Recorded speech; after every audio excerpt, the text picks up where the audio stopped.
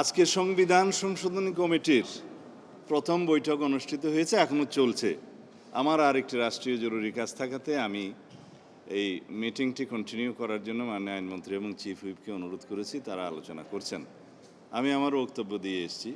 আজকে প্রথম মিটিং হিসেবে আমরা ডিসাইড করব আমরা কাদের সাথে আলোচনা করব। আমরা জুলাই জাতীয় সনদ পূর্ণাঙ্গভাবে বাস্তবায়ন করতে চাই এবং জুলাই জাতীয় সনদের বাইরেও যে সমস্ত মতামত আসবে সমাজের বিভিন্ন সেকশন থেকে, আইনজীবী, সংবিধান বিশেষজ্ঞ, শিক্ষক সমাজ এবং সাংবাদিক বন্ধুগণ এবং সমাজের আরও অন্যান্য ক্লাস যারা জুলাই গণ অভ্যুত্থানে অংশগ্রহণ করেছেন, সেই সমস্ত ছাত্রনেতৃবৃন্দ, বৈষম্য বিরোধী ছাত্রনেতৃবৃন্দ, সকলের সাথে আমরা আলোচনা করব। আমরা বিচারপতিদের সাথে আলোচনা করব, আমরা সুপ্রিম কোর্ট আইনজীবীদের সাথে আলোচনা করব। এইভাবে আমরা সমাজের সকল সেকশনের সাথে আলোচনা করে তাদের মতামত নিয়ে জুলাই জাতীয় সনদ বাস্তবায়ন করব এবং জুলাই জাতীয় সনদের বাইরেও সমাজের যে সমস্ত প্রত্যাশা আছে থাকবে সেই সমস্ত বিষয়গুলো অ্যাড্রেস করব।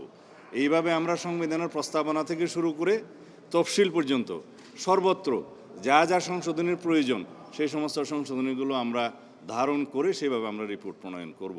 তারপরে বিল যখন আসবে, সংবিধান সংশোধনী বিল, পার্লামেন্টে আলোচনা করে আমরা সমঝোতার ভিত্তিতে সেই সংশোধনীটা গ্রহণ করতে চাই।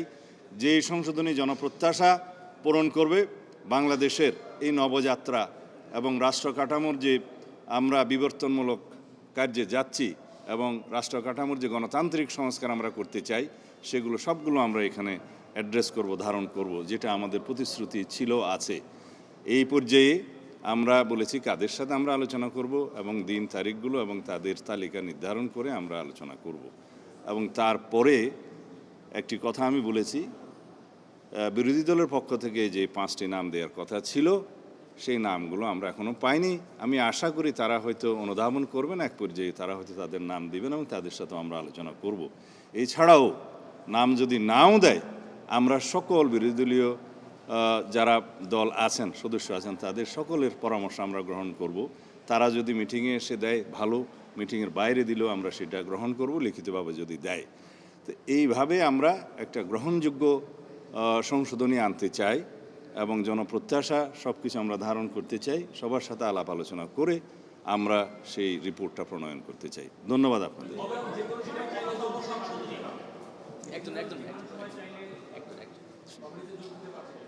বুঝিনি, অলওয়েজ আমরা স্বাগতম জানাবো বিরোধী দলকে।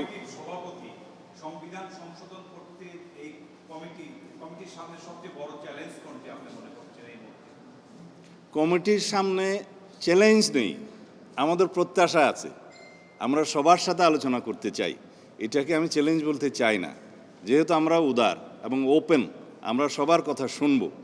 এত বড় একটা ছাত্রগণ অভ্যুত্থান সংগঠিত হলো, জাতির প্রত্যাশা অনেক, শহীদের আকাঙ্ক্ষা ছিল, সেই প্রত্যাশা এবং আকাঙ্ক্ষা অনুযায়ী আমাদেরকে এই বাংলাদেশ বিনির্মাণ করতে হবে, গণতান্ত্রিক ধারাকে শক্তিশালী করতে হবে এবং এই শক্তিশালী গণতান্ত্রিক ব্যবস্থাকে যদি আমরা ধারণ করতে চাই, সংবিধানেই প্রথম আমাদেরকে সব কিছু কন্টেইন করতে হবে, ধারণ করতে হবে।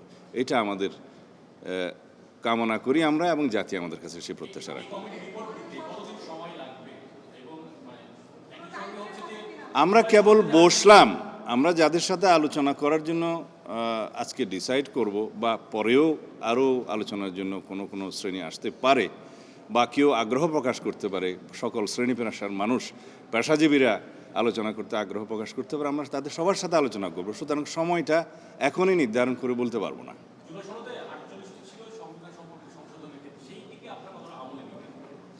48টার মধ্যে অনেক কিছু আছে আমরা এগ্রিড হয়েছি রাজনৈতিক সমঝোতার দলিল হিসেবে জুলাই জাতীয় সনদে, সেগুলো তো আমরা নেবই। আর যেগুলোতে আমরা নোট অফ ডিসেন্ট দিয়েছি সেগুলো নোট অফ ডিসেন্ট আকারে নেব। এর বাইরেও আমাদের অনেক বক্তব্য আছে, আমাদের নির্বাচনী ইশতেহারে আছে, সেগুলো আমরা ধারণ করব। যেগুলো জুলাই জাতীয় সনদে প্রতিফলিত হয়নি, আলোচিত হয়েছিল, হয়তো প্রতিফলিত হয়নি, সেগুলো আমরা আলোচনা করেই নেব। ধন্যবাদ।